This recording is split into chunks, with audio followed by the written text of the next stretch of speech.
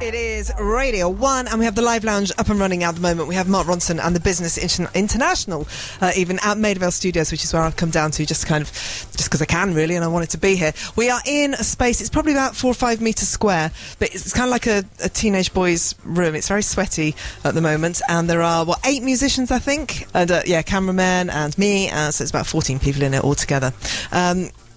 Right, you've done the single. You happy with doing the single? Yes. That's all good. How are you feeling about the album coming out? It's going to be later on in the year, isn't it? It's not coming out till the end of September, but it's very different than Version, so I thought it would be good to give people a few tastes of what it is, maybe before you just drop, 14 songs in their face. Some artists would just kind of stick with what they do because it's quite safe and they sell records and that kind of thing, but you haven't with this album, have you?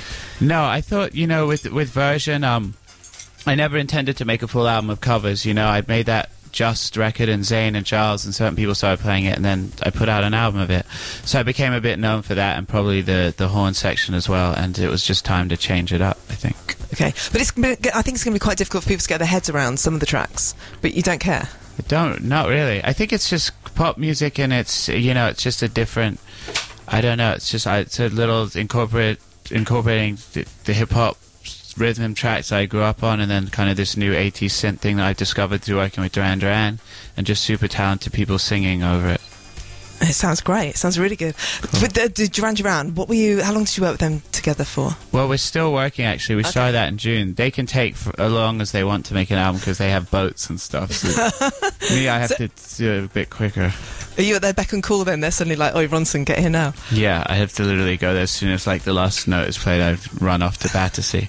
But it inspired you then with the synth sound. It did. All the time I spent with Nick Rhodes working in the studio on the keyboard parts, I kind of discovered the sound, and I grew up on a lot of that stuff. Duran Duran were a favourite band of mine when I was a kid, but I never made a record that sounded like it.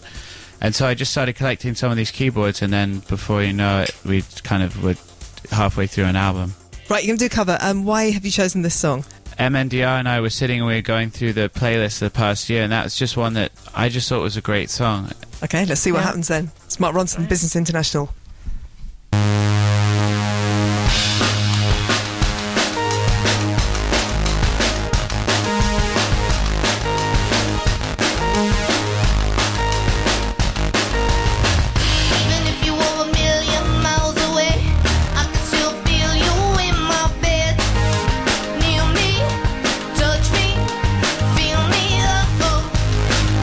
Even at the bottom of the sea, I can still hear inside my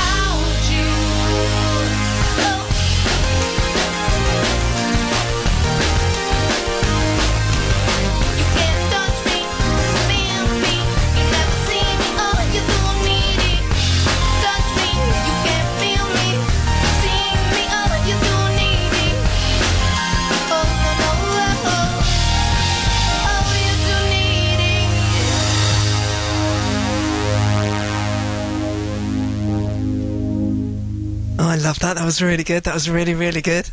And that's such a special song as well. It's one of those ones that's crept up. I just think it's exceptional. Really good. Me too. I love that song. Yeah. Happy with that? All happy with that? Cool. Yeah? Yeah, all right, Ish. Yay! Thank you very much indeed for doing that for us. And it was Alicia Keys, of course, that Mark Ronson just covered. So thank you.